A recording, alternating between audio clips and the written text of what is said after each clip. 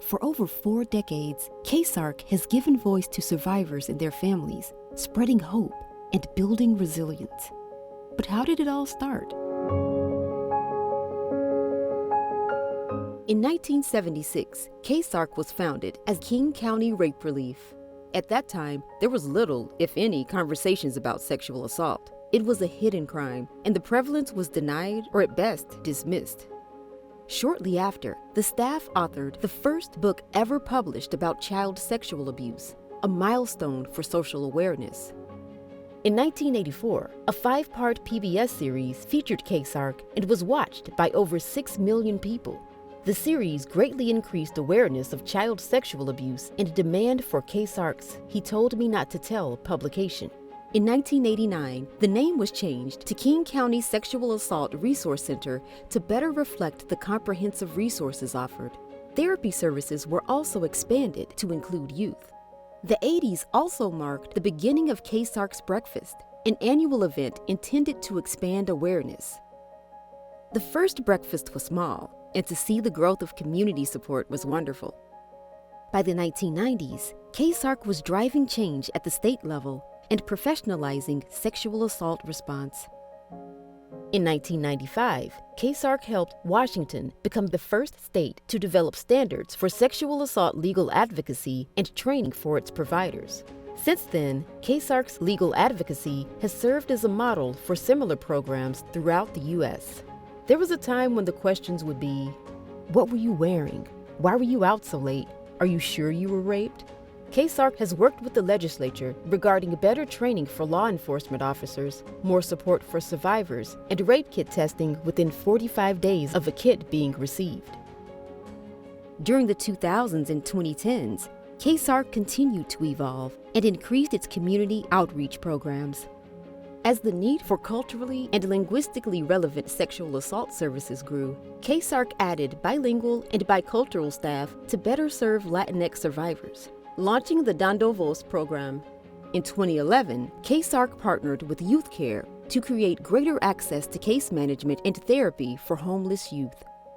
In 2013, the annual breakfast theme changed, inspiring all involved to use their voices to be loud against sexual assault.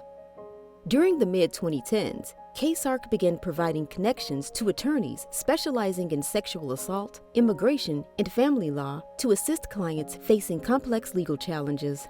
In 2017, the Me Too movement led to a spike in demand. KCSARC also launched a program designed to help educators identify and respond to sexual assault. By the 2020s, KCSARC's expertise and voice became widely recognized and trusted in the community. KCSARC's therapy team was honored for its trauma-focused services. KCSARC's Dando Voz therapy staff had their groundbreaking work on prolonged exposure therapy published. In 2021, KCSARC's legal advocacy team issued a report on stalled felony cases in the King County Superior Court system. KCSARC also placed trauma therapists in schools to help students who have experienced abuse. In 2022, KCSARC expanded its prevention education program to help schools deliver required lessons in consent and healthy relationships. KCSARC has been a leader in responding with support to victims as well as helping communities respond. In early 2023, the Link to Prevention podcast launched, helping caregivers support classroom learning. In the fall of 2023, KCSARC's CEO of over 40 years, Mary Ellen Stone, retired, and Kate Krug was brought on as KCSARC's new CEO. And still, the most exciting phase of KCSARC's work lies ahead. Thank you for supporting KCSARC.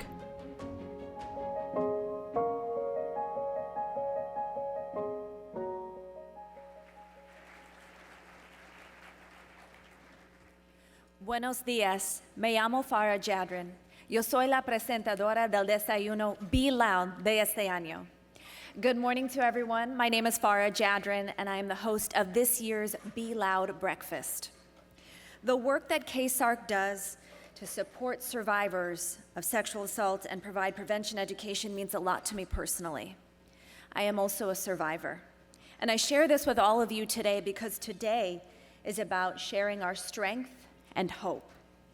We are here today to be loud about sexual violence. We're here to support one another. As someone who deeply values community commitment and engagement, I'm inspired by the impact that KCSARC has on our community, which is why we all got up a little extra early this morning to be here together to support this incredible organization. Today, we aim to move forward together with our voices, with our participation, and with our giving. To begin our journey, I invite you to join us in acknowledging the land on which we stand. We wish to acknowledge that KCSARC serves all of King County, which is on unceded ancestral land that belongs to the indigenous people. These lands are traditional homes of the Coast Salish peoples, including, but not limited to, Duwamish, Muckleshoot, Puyallup, Snoqualmie, Stillaguamish, Suquamish, and Tulalip tribes. These acknowledgements do not fulfill our obligations to build and foster authentic relationships with indigenous communities, but serve to step in honoring as the land we are on. Thank you.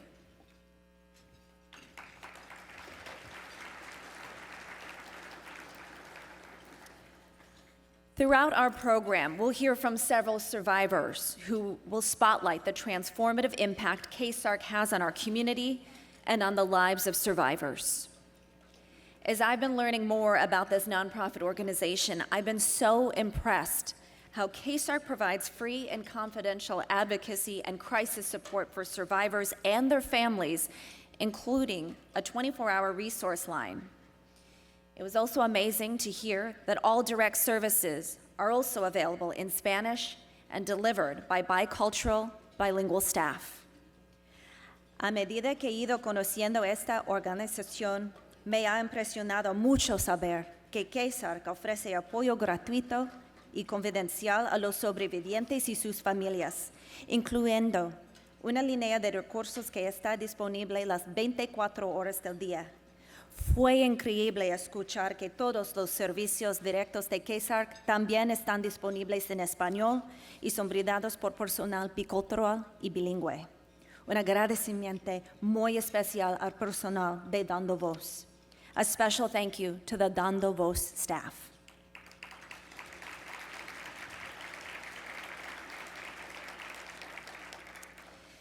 It was also startling for me to discover that almost half of the 5,000 individuals that KCSARC helps each year are children under the age of 18. KCSARC actively works across King County to stop sexual violence before it happens. Prevention staff works with students, educators, parents, caregivers, and community members on concepts such as consent and boundaries. For more than 4 decades, KCSARC has stood by survivors and their families to give unwavering support thanks to your unwavering support. And I'm deeply grateful for your commitment to KCSARC. Later, we'll hear about the ways to give and a very generous matching opportunity that's available today. I would also like to express my gratitude to KCSARC staff and board for their tireless efforts. If you're a current or former board member or staff member, please stand if you're able, or show your support in another way so we can share our appreciation.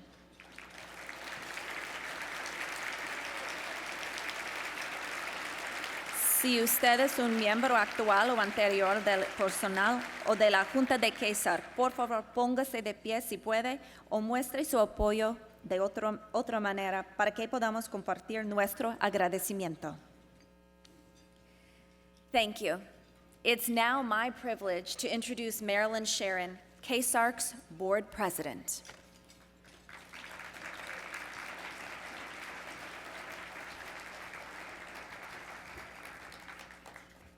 Good morning, and on behalf of the entire KCSARC board, I want to warmly welcome you to this 35th annual Be Loud Breakfast, a truly special event. This marks the first Be Loud Breakfast under the leadership of our new CEO, Kate Krug, she's an exceptional leader, and you'll have an opportunity to meet her shortly. This also marks our opportunity to actually welcome a very special guest. Her name is Mary Ellen Stone. For those of you who don't know, Mary Ellen is a former CEO, and she's here today, and she can actually enjoy her breakfast at a Be Loud breakfast. Mary Ellen, congratulations on your retirement, and thank you for your 44 years of outstanding leadership.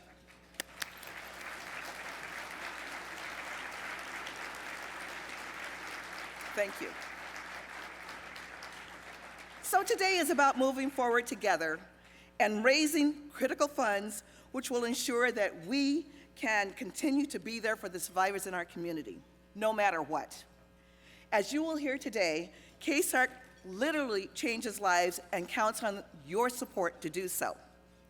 I also want to take this opportunity before we get into the meat of our program to thank the officials who are here and other dignitaries who have joined them. Will you please raise your hand or stand if you can so that we can acknowledge your presence.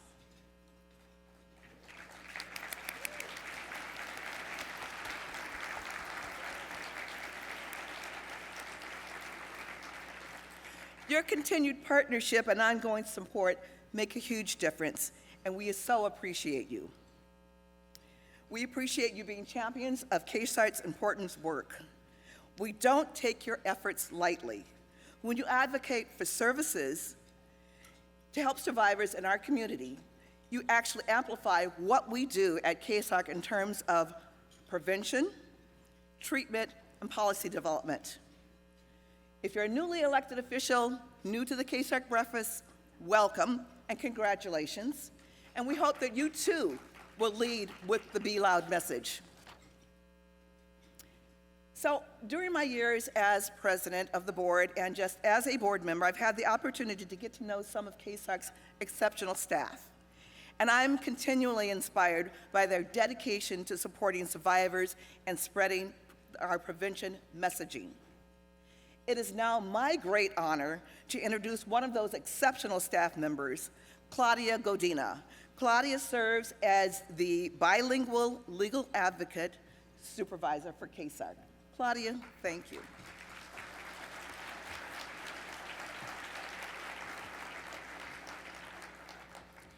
Thank you, Marilyn. Our goal as legal advocates is to empower victims of sexual assault and support them through the criminal justice system. We walk alongside victims from the moment we are connected until the case is resolved, which often takes several years from investigation through prosecution. We become a victim's go-to person for updates about their sexual assault case and any questions that might come up along the way. Whether the case goes through a plea resolution or trial, we advocate for the victim's wishes and support whatever outcome they would like to see happen. We empower victims with information to assess their situation and make their best informed decision for themselves. We stay in touch with victims until their case resolves and help them get connected to any resources they might need along the way, including civil legal assistance. I want to tell you about one case in particular, one of the 408 victims whose cases we began tracking in 2021, captured in our long wait report. We just issued a follow-up focused on the outcome of those victims' cases. Kate will tell you more about that later, but for right now, I want to talk to you about one little survivor and their family. The victim was a 7-year-old who disclosed to her mother that a family friend had sexually assaulted them. The advocate on the case kept in touch with the family for 3 years while the case was pending. Thankfully, the defendant was found guilty at trial. In preparation for the sentencing hearing, the mother wrote a victim impact statement. A victim impact statement is a victim's last chance to address the court regarding the criminal case. It is their chance to talk about their experience with the criminal justice system. It's also their opportunity to talk about how the assault has impacted their life and what they would like to see happen moving forward. This is a portion of what the mother shared with the court. The name of the perpetrator has been changed to protect the identity of the victim. Your Honor, I would like to thank you for allowing me to address the court. Words are not enough to express what my family has endured the past 3 years. I would like to say thank you to my friends and family for their steadfast love and support from the start. I want to say thank you to Bikers Against Child Abuse, BACA, for loving and supporting my children in the way that I couldn't. I don't know what I would have done without you. I have never been to a trial and therefore had no idea what to expect, but the way they supported my children always brings tears to my eyes. King County Sexual Assault Resource Center. I lack the words to express my gratitude and respect for this organization and what they do by guiding victims through the court process and much more. Lilia, I am so glad they gave you this case because you were exactly what I needed during this difficult time. You were my friend, my therapist, my punching bag for when I would get so overwhelmed and break down. You listened and listened to all my frustration and anguish, and you were patient and you were full of grace. It's hard to explain. You were so much more, and my limited English cannot fully describe how you have supported us. To the prosecutors, especially M, the police, and the healthcare providers and the jury, I'm eternally grateful for you working so hard to ensure the truth came out. Your Honor, I contemplated this moment many, many times and almost didn't want to say anything because I desperately wanted this to come to an end. But when I remember how much pain Charles and his mother and the community put us through, I had to say something. Charles, my child should have never been made to go through a trial, but did because you are evil, selfish, and a liar. You knew what you did, but you thought you could get away with it. You violated my child. You violated my 7-year-old innocent child. In fact, had I not come back to the apartment at the time I did, you would have continued to molest my child because you are a person who preys on children. You are a coward. I want you, your mother, and the entire community to know that I am proud of my child for being so brave despite how intimidating the court process is. My child will thrive despite what you did to them. I am here to represent my child because they will not walk in shame. They will walk with their head held high, knowing that they have God and a mom that loves them and is willing to fight for them no matter what, and a safe community of friends and family rallying around them. The shame is on you, Charles. The shame is on your mother for lying. Charles, you have never apologized or shown remorse for what you did, and that's how I know you're a dangerous person to be around, especially children. The day my child testified and we were in the car, they broke down, and as a mother, seeing those tears and wondering what my child was feeling or going through broke my heart into so many pieces. I want this man to be sentenced to the full extent of the law. And while I'm aware this decision lies with you, Your Honor, I am also aware that whatever sentence you give today will not restore my child to back to what they were before the incident happened. The fact is, we have no way of knowing what Charles is capable of, but the reality is that he has molested one child that we know about. I urge the courts to think about all of the children out there who need protection from predators like Charles as you make your decision on this case. Again, thank you, Your Honor, for presiding over this case and allowing me to speak. It was an honor to work alongside this mother and the victim. Thank you.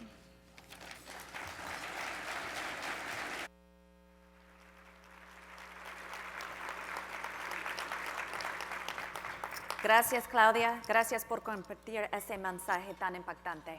We want to thank Claudia for sharing such a powerful statement. Ahora es mi placer introducir Lorna, un miembro de Voces en Alto. Es un programa que incluye clientes anteriores. Ellos compartieron sus historias para ayudar a otros. Lorraine, la directora de programas, se unirá a Lorna para la conversación. Now I'm so pleased to introduce Lorna, a member of KCSARC's Empowered Voices program, which is comprised of former clients who bravely share their stories to help others. Lorna will be joined in this conversation with Lorraine, KCSARC's Chief Program Officer.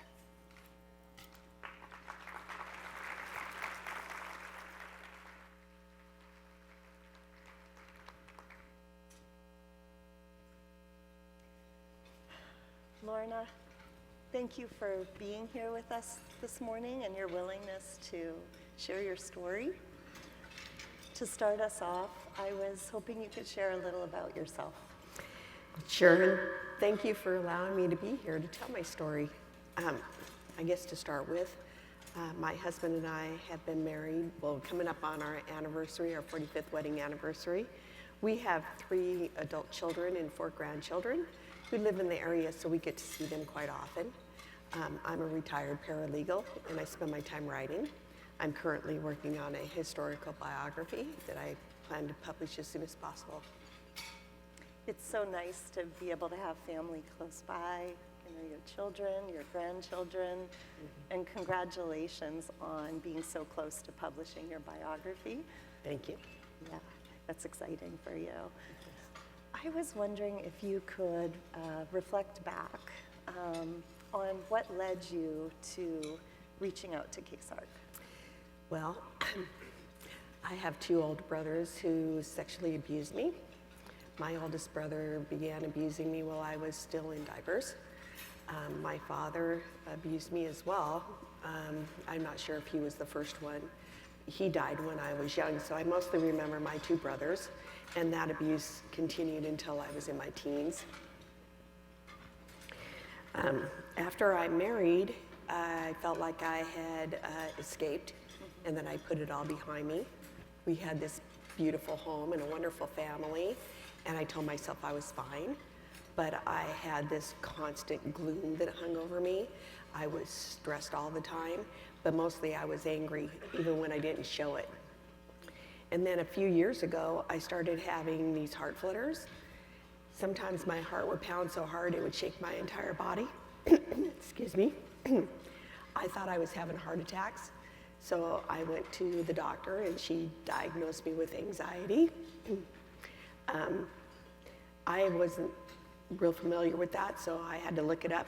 And when I read that anxiety was worrying about things that might happen that probably wouldn't, I thought, that's not me.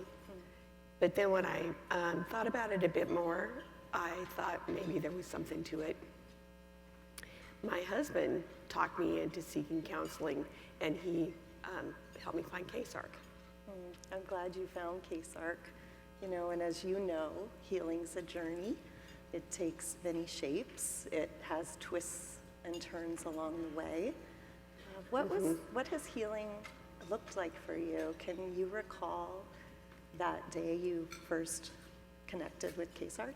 I can, and I remember I shook and I cried just dialing the number. I don't know why, but I did. The woman I spoke to was really nice, but she asked me some questions that really surprised me. One was, do you lie to get out of doing fun things? Which really struck me because I told her yes, but I had never told anybody, not even my husband. So that made me realize that I did need help. So when I went through KCSARC's evaluation process, I found out I had PTSD. So I went through 17 weeks of counseling, and I learned what PTSD was and how it had affected me. I worked on getting over it, and I brought my stress level down from here down to here. I hadn't really realized how stressed I really was until I wasn't that stressed anymore, and then it made things a lot clearer. I have to take a drink. Yeah.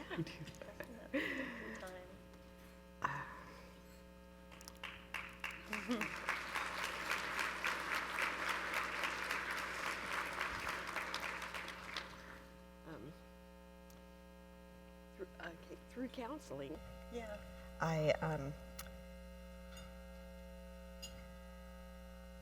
I learned ways to cope with my my anger and my mistrust of people.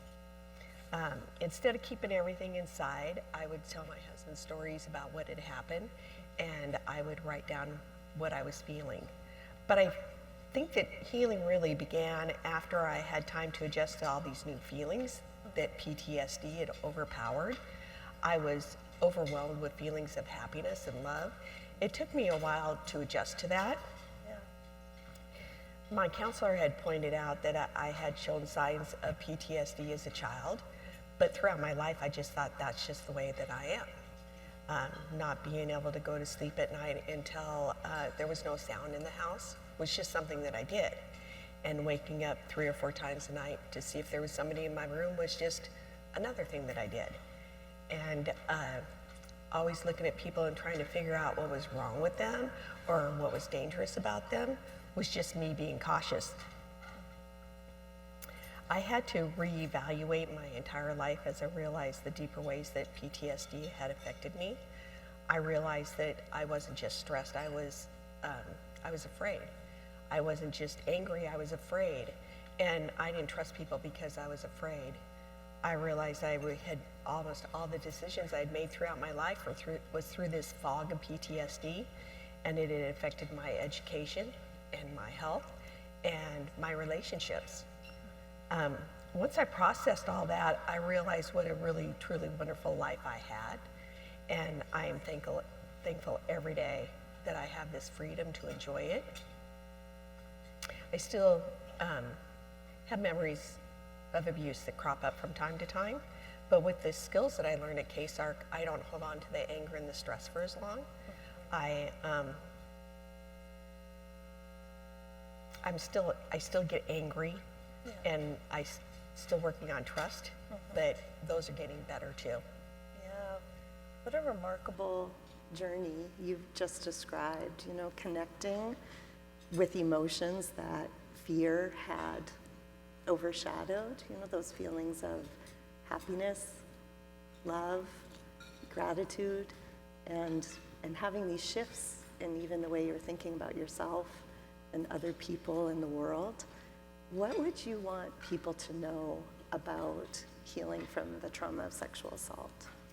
That it's possible and that it's well worth the effort to get help, even if it seems scary.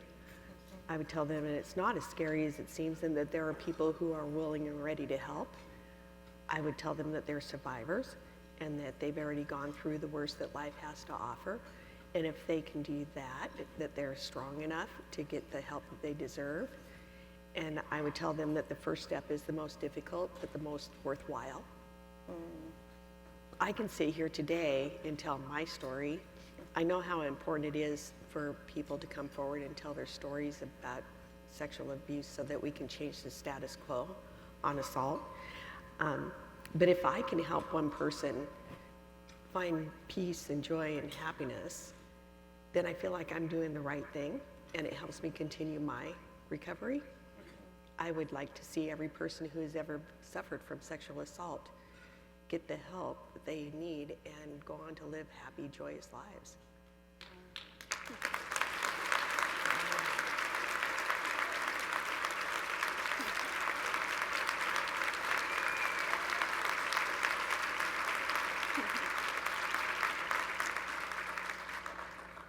Thank you for providing that beacon of hope, you know, that survivors can heal, that help is available, and that survivors deserve both. You know, thank you for your courage and your generosity in sharing your story this morning. We're so grateful. Thank you. Thank you.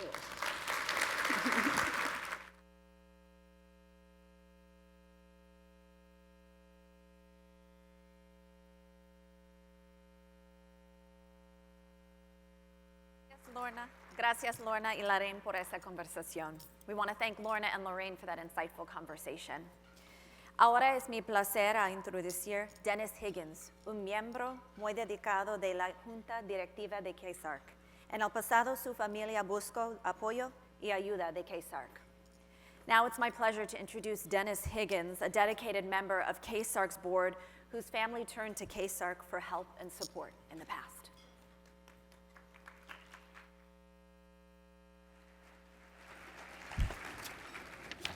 Good morning.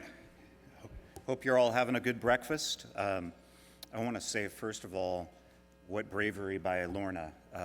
Thank you for sharing your story. And thank you all for being here. My name is Dennis Higgins. I'm proud to be a KCSARC board member. I'm proud because I know firsthand how KCSARC helps people through the trauma of these horrible crimes. It was 19 years ago when we learned that our daughter had been raped by my uncle. She was only 10 years old and had carried this secret for a couple of years. She came to my wife and me late one night in tears and told us what had happened. We immediately believed her. There was never a question.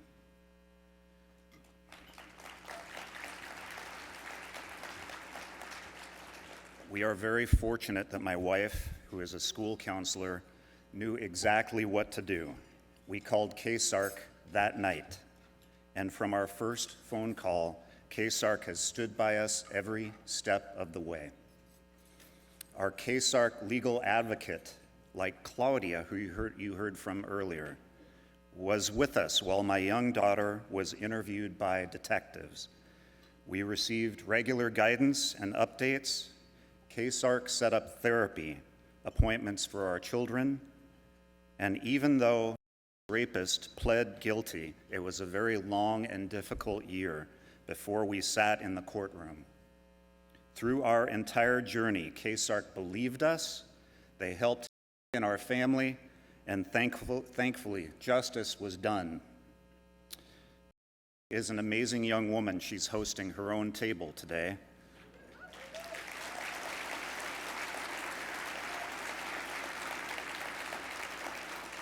She just completed her master's from Cal Berkeley in Public Health Administration. She's engaged to a wonderful young man, Scott, and we're so proud of her.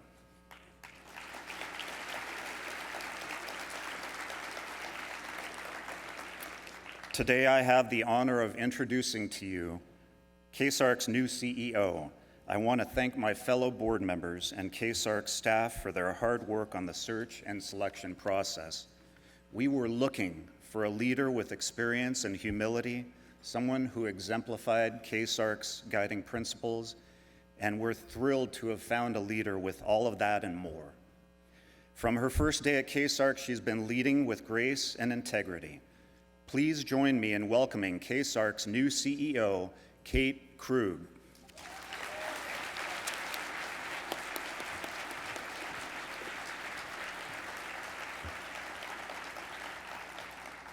Thank you, Dennis.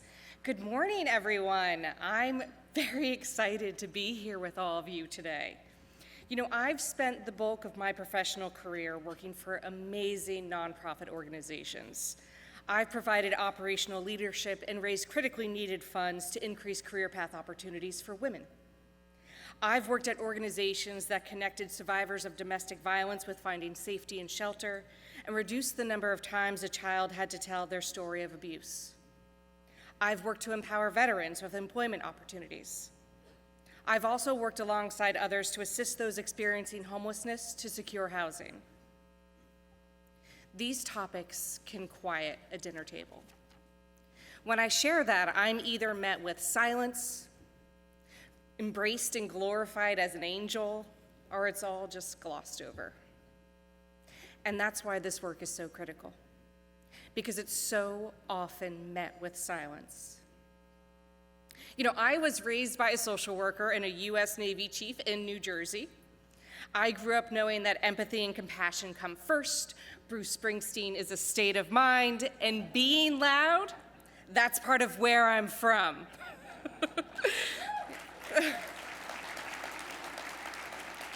And I am thrilled to be here to be loud with you all today. So while my career has spanned several types of human services supports, at its core, I've always focused on gender equity with a focus on gender-based violence. When I moved to Washington last year, I worked remotely from New York City, commuting every other month for about a week and a half. When I first started that cross-country commute, it felt like a work trip to New York City was time back at home. And then after a few months, I began to miss the green, the steep hills, the trees, and of course the mountain. Any day the mountain is out, I know it's gonna be a good day. I was homesick for Elliott Bay when I was looking at the Hudson River. So I knew it was time to find a way to support my new home and community in Washington. When I heard about the opportunity at KCSARC, it sounded like a dream come true, an opportunity to champion hard work of those providing gender-based violence services. And then once I met the KCSARC team, I was thrilled. They're an amazing group of warm and kind experts. And of course, all it took was one phone call with Mary Ellen Stone to be completely hooked. When I met Mary Ellen, I was so impressed by her passion, confidence, strategic mind around policy and funding, but most of all, her grace. She took me on an amazing tour of King County, introducing me to many of you. Thankfully, Mary Ellen set us, KCSARC, up for success. Thank you, Mary Ellen.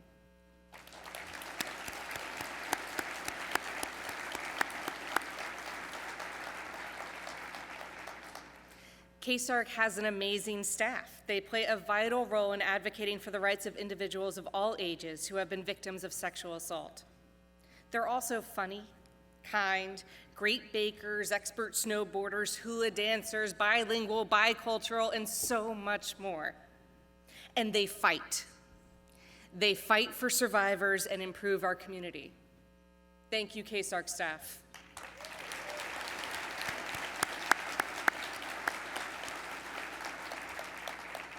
You know, I've worked with many boards over the past 20 years, but KCSARC's board is unique.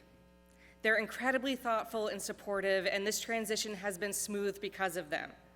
Thank you, KCSARC board.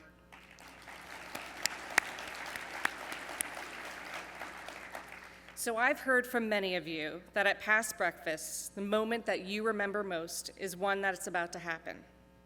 It's if you or someone else you know has been affected by sexual assault.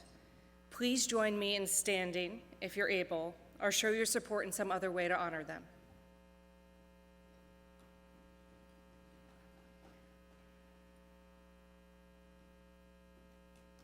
Take a moment. Look around this room. This is a visual I want you to carry with you all year. Thank you for being courageous enough to share.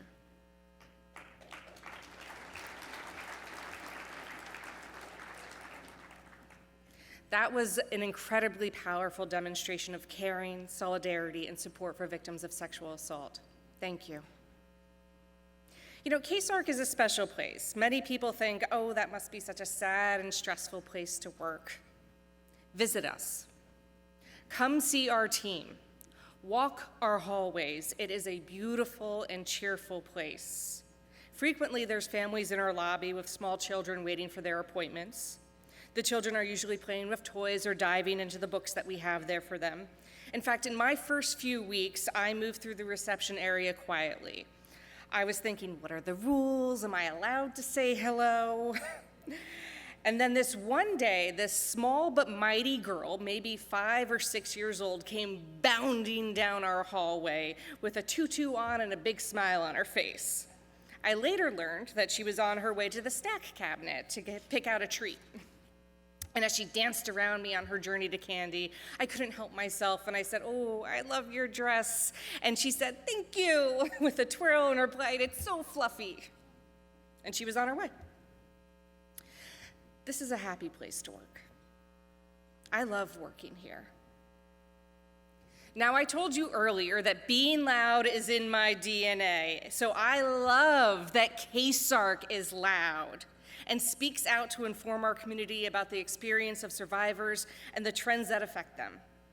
As Claudia mentioned, KCSARC issued a report to the community in 2021 about the backlog cases pending in King County Superior Court. These were 408 victims with open cases who had been waiting at that point almost 19 months since time of arraignment. The average age of those victims? 16. 3/4 of those charges pending involved crimes against children, and 38% of those were Class A felonies. Earlier this month, we shared an update to that report looking at the outcomes for those 408 victims, and you can view that report on our website. Most of those cases involving those victims, I'm happy to report, have been resolved. The victim that Claudia spoke about earlier was one of those 16% survivors whose case went to trial, and in her case, a guilty verdict. A best case outcome. But you heard the burden that survivors and their families bear, even with a best case outcome. Our work is to alleviate that burden as much as possible and be sure that they have a voice in the process. Not only am I proud to be with an organization that can wrap therapy, advocacy, and support around a family who needs us, I'm proud of the platform KCSARC has built over time that allows community, policymakers, and others to imagine a world with us where survivors are believed and taken seriously, not blamed and minimized. Where survivors are acknowledged and those who harmed them are held accountable. And you're the reason we can do this. Your support has always been critically important and allowed us to be there for survivors and families in our community. And we face unprecedented challenges with federal, state, and county funding ahead. We're going to need each and every one of you to partner with KCSARC. It's never been more important to raise your voice for survivor services. Support KCSARC as generously as you can and ask others to join you moving forward. We all have a part to play supporting survivors and creating positive change. And today I have 3 action items for you. 1, be ready to advocate for KCSARC and our survivors. Engage with your circle of influence, including your elected officials. 2, be an upstander. There's 24-hour resource line cards at your table and some Be Loud buttons. Make sure you put on your Be Loud button before you leave the doors today. And pass along those cards to your friends, colleagues, and loved ones. Remember, we're here 24 hours a day. Number 3, engage in our Survivor Love Letter campaign. We know that recovery from trauma of sexual assault is possible with the supportive community. And you may have seen our earlier emails and posts encouraging you to participate in our Survivor Love Letter campaign. This campaign was started by a survivor from Seattle. Tani Ukita wanted to share with others a letter that she wrote to herself about how far she had come with her healing journey. Other survivors and community members soon added their message with the hashtag #SurvivorLoveLetter. Next month is Sexual Assault Awareness and Prevention Month, and I can't think of a better way to usher that in than with a virtual wall of supportive messages to survivors. And I really hope you all engage. Watch for an email after the event with a link to submit yours online. And for those of you who still like pen and paper, there are cards available in the lobby at our Survivor Love Letters table. Thank you again for the warm welcome, and thank you for your support and partnership.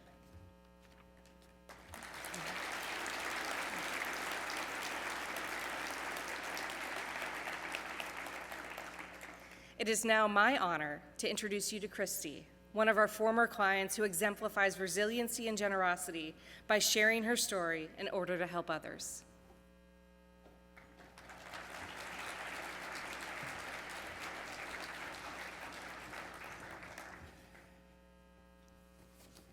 Good morning, everyone. My name is Christy, and I was born and raised in Hawaii. Growing up there, I loved the warm weather, the beaches, and the food was so amazing. I'm here today to share with you my story, and it begins with my biological father. He was an alcoholic, a self-mutilator, and a drug addict. The only memory I have of him is a traumatic one. Around 4 years old, I remember my mom and him arguing, and he cut himself up and blood was all over the kitchen. I was in my room by the window crying as I watched the police take him away, yelling, "I love you," to my mom. That was the last and only memory I have of him. My mom remarried when I was 6 years old to my stepdad. Then from the age of 6, I was sexually molested by my stepfather. Every time I would get molested, he would say, "I do this because I love you." The first person I told was my older sister, and at that time, my sister told me to tell my grandma. When I told my grandma, she immediately picked me up and took me to her home, and my thought was, finally, this will end. That following morning, my mom came to pick me up and told me it will never happen again, and my grandma told me to just let it go. And the abuse continued on. At the age of 10, we suddenly moved to Washington State, which I was devastated because I would be leaving the rest of my family in Hawaii. The molesting continued repeatedly, almost on a weekly basis for years. It would happen even when my mom was home taking a shower. I would be afraid when he would tell my younger brother to go outside and do chores because I knew the molesting would happen. Around the age of 12, I finally told my school counselor, and as protocol, she called the police. And my thought was, finally, this will end. At that time, the police came to pick up my stepdad for questioning. He was also a police officer in the same city we lived in. My mom immediately took me aside and begged me to lie. She begged me because he was our main source of income and that we would lose everything. When I got to the police station for questioning, I told them that I lied and I just wanted freedom and that I made this up so I could just hang out with my friends and that my parents were too strict. They yelled at me and told me how dare I do this to him, as he is a well-respected police officer in the community, and that if they wanted to, they could charge me with false reporting. I remember crying, and I cannot even remember how I felt at that time as I blocked my emotions. After that, I was pulled out of school and homeschooled. I never attended high school, and I had no friends. My parents had isolated me. After that, I just tucked it away and I tried to ask for help, but my parents were too ashamed and didn't want this secret out. I became a self-mutilator, an alcoholic like my real father I remembered from years ago. I had very low self-esteem. I struggled throughout my adulthood and had multiple abusive relationships that were physical and emotional. I thought that pain was love. I struggled with major depression and alcohol use and tried to commit suicide multiple times. From the age of 21 to 24, I had 3 children, all boys, and my parents continued to have control over me. I convinced myself that I could forgive my stepdad and my mom. I always felt that I needed to please my mom so that she could love me. My stepdad tried to attempt to molest me again around my mid-30s when we lived together while my mom was out of town and my boys were home. He would write me personal letters and slide them under my bedroom door. He came to my job once and told me that he loved me more than a daughter. This has not only affected me, but has also affected my siblings. My younger brother and older sister both became drug addicts, and it took years for them to become sober and clean, and we all struggled with this secret. So one day, about a year and a half ago, at the age of 42, we had an argument in the car and I asked to be let out. My stepdad began to yell at me as if I was a child, and my mom started punching the window. He finally parked and let me out, and I just ran. And my stepdad was chasing me, and I yelled, "Stop, I'm scared of you." And inside, I felt like my 6-year-old girl came out. I went home and I cried all day and night, wanting to end my life or admit myself into the hospital. And I Googled sexual abuse counseling near me, and KCSARC showed up. And I had the number for a while attempting to call. And finally, one day I woke up and sat on my kitchen table and I just dialed KCSARC's 24-hour resource line in fear and shame. And I spoke with a woman who picked up right away. It was a Saturday or Sunday, I can't remember, and she was very helpful. And after I hung up, I felt a huge feeling of relief. Just as promised, someone reached out and I was set up to meet my therapist, Alex. Alex was so amazing and very supportive. My first session, I took a test and I scored at top of having PTSD. I had to choose between 2 types of therapy, one which Alex mentioned would be difficult and that it's a lot of homework and I needed to be committed, and yet I decided to move forward with the CBT, Cognitive Behavioral Therapy, and it was a 12-week program. We used worksheets that help reframe my thinking. In the beginning, I thought that this was not going to work, and it was very hard to relive memories I tried to tuck away and then go to work the next day. I had to write a letter to my younger self, and that was very difficult. I cried a lot. Towards the end of therapy, it just clicked, and I started to realize that this is working. I retook that PTSD test, and I scored not having PTSD anymore, almost having no symptoms.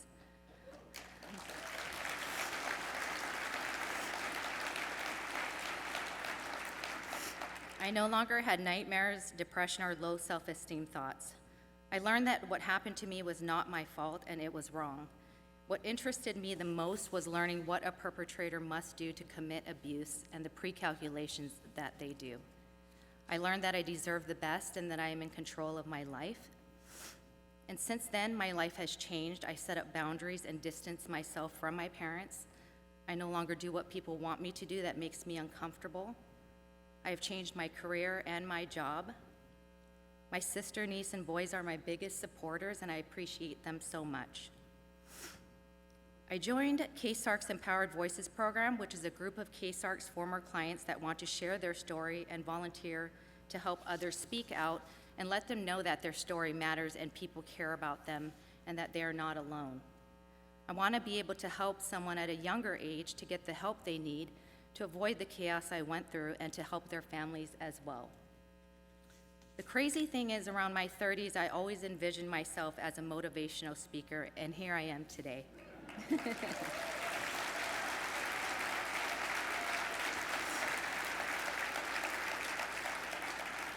So this is my calling, and I will continue to be loud. And I want to thank everyone that works and supports KCSARC, as this program has truly saved my life. Thank you.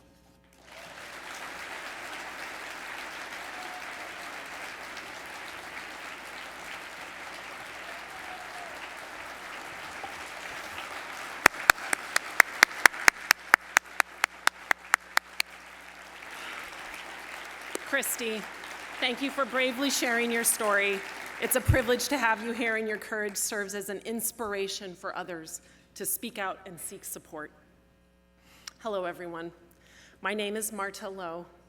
I'm honored to serve as a KCSARC board member, in addition to being a mom to my very grown daughters, Laurel and Lily, a partner to my wonderful spouse, John, and a member of this vibrant King County community.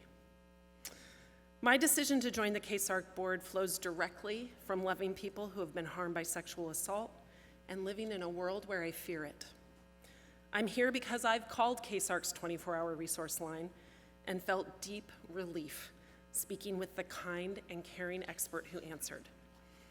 I'm here because I want the world to be different. Serving on the board allows me to witness firsthand the dedication of KCSARC staff and to hear stories of healing, like the ones we've heard this morning. Through our comprehensive services, KCSARC is truly changing lives, and our prevention efforts are reshaping behaviors, attitudes, and beliefs about sexual violence.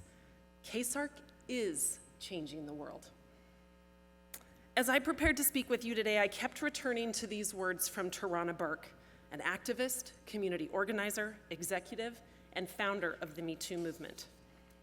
Tarana says, "I once posted that if we could maybe switch out the word rape for murder, maybe people would get it when you say things like, 'I heard he supposedly murdered 4 or 5 women on campus, but I'm not sure. It could be true. It could not be true.'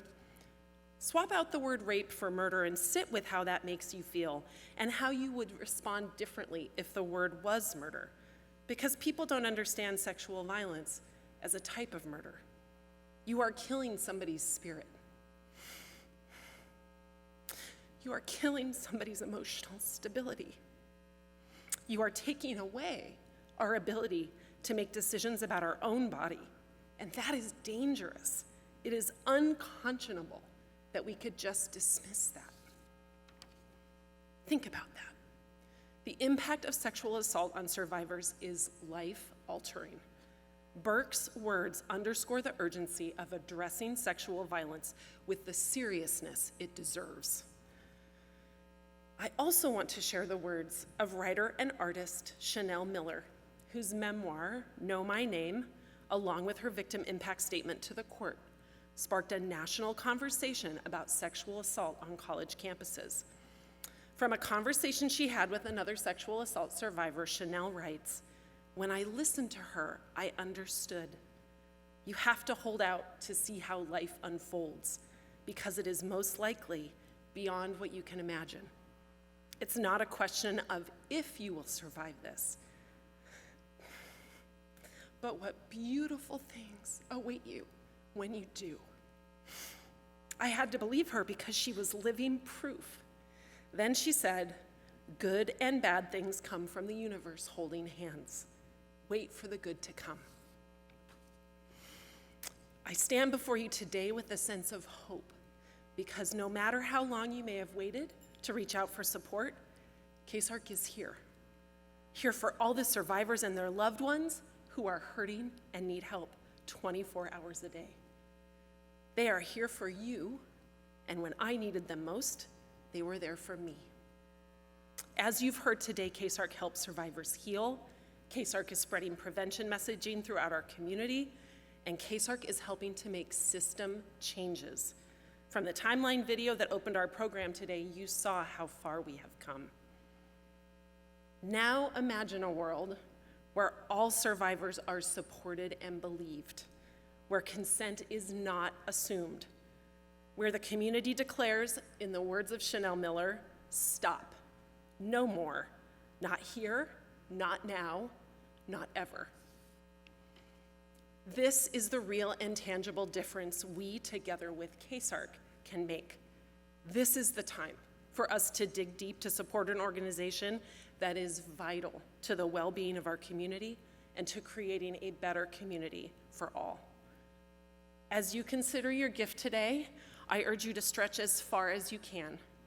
Now is a critical time to be part of the solution. You heard Kate say we have some government funding challenges ahead. Let's make sure, together, that KCSARC has the resources to help every survivor in our community and to keep changing the world. And here is some great news.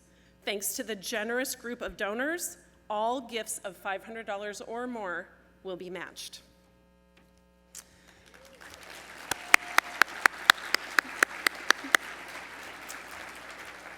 Now is the time for you to make a difference. There are a few ways to give today. At the back of your program, you'll find a tearaway pledge card. You can give by scanning the QR code to make your donation online or by filling out the pledge card.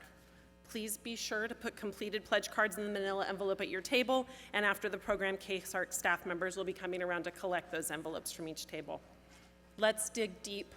Our community is counting on us. Survivors are counting on us.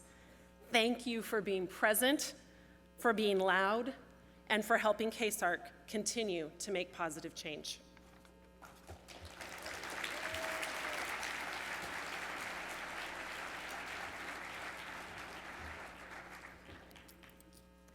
Thank you so much, Marta. And I just want to briefly mention this. A lot of people have asked me what time I get up for work for King 5 mornings, and the answer is about 1 o'clock in the morning. But I want to tell all of you, I would get up at that hour or any hour to be here with all of you, for people like Marta, for Christy, for Lorna, for Haley, and all survivors, because all of you are incredible people. So thank you, all of you, for being here early.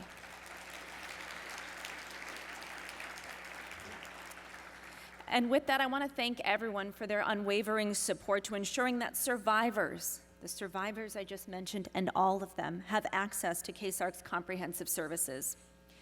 A special thank you goes to the generous group of Challenge Pool donors matching gifts of $500 or more. Your support is truly incredible.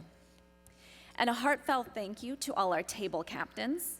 You're driving the force of being successful to this important event every year.